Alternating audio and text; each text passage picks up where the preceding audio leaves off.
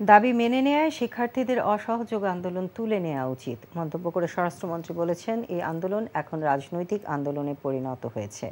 রাতে সচিবালয়ে ব্রিফিংয়ে আসাদুজ্জামান খান কামাল জানান, আজ থেকে ঢাকা, গাজীপুর, নরসিংদী এবং নারায়ণগঞ্জে সকাল ৬টা থেকে রাত ৯টা পর্যন্ত কারফিউ শিথিল থাকবে। এক প্রশ্নের উত্তরে মন্ত্রী দাবি করেন, আইন শৃঙ্খলা বাহিনীর গুলিতে কোনো শিশুর মৃত্যু হয়নি। আর জানাচ্ছেন মুকসিমুল আহসান।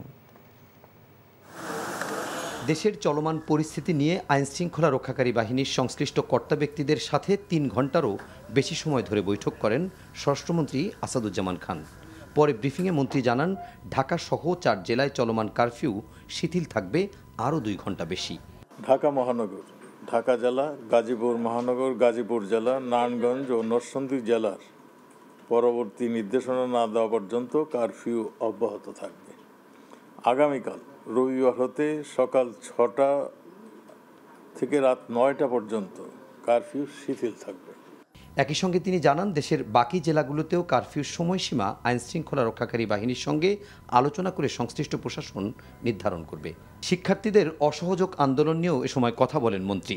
আন্দোলনকারীরা সেই কোটা আন্দোলনে নেই, ছাত্রদের আন্দোলনে নেই, এখন রাজনৈতিক আন্দোলনে চলে গিয়েছে। আমি তো মনে করি তারা এটা ভুল আন্দোলন করছেন। আমি তো শুরুতেই বললাম, যেহেতু তাদের সমস্ত দাবি মেনে নেওয়া হয়েছে, কাজেই তাদের এই সমস্ত এই অসহযোগ আন্দোলন আমার মনে হয় তাদের তুলে নেওয়া উচিত। শিক্ষার্থীদের দাবির প্রেক্ষিতে মন্ত্রীর কাছে প্রশ্ন ছিল, তিনি পদত্যাগ করবেন কিনা। তো প্রয়োজন হলে এইরকম যদি কিছু সিচুয়েশন আসে, মাননীয় প্রধানমন্ত্রী যদি মনে করেন, তো আমরা সবসময় দেশের জন্য কাজ করি, আমরা সেইটা করব যদি প্রধানমন্ত্রী মনে করেন। অন্য এক প্রশ্নের উত্তরে মন্ত্রী জানান, আইন শৃঙ্খলা রক্ষাকারী বাহিনীর গুলিতে দেশে কোনো শিশুর মৃত্যু হয়নি। কোনো শিশু এখানে মারা যায়নি। শিশু বলতে আমরা যেগুলি বুঝি, সেই কোনো শিশু মারা যায়নি। এখানে হয়তো ২-১জন কিশোর মারা গিয়েছেন। ওদের কিশোর বলে, ওই যে আপনার যারা মারা গেছে তারা কিশোর, শিশু না। সাম্প্রতিক সহিংসতায় পুলিশের গুলিতে কোনো সাংবাদিকের মৃত্যু হয়নি বলেও দাবি করেন স্বরাষ্ট্রমন্ত্রী।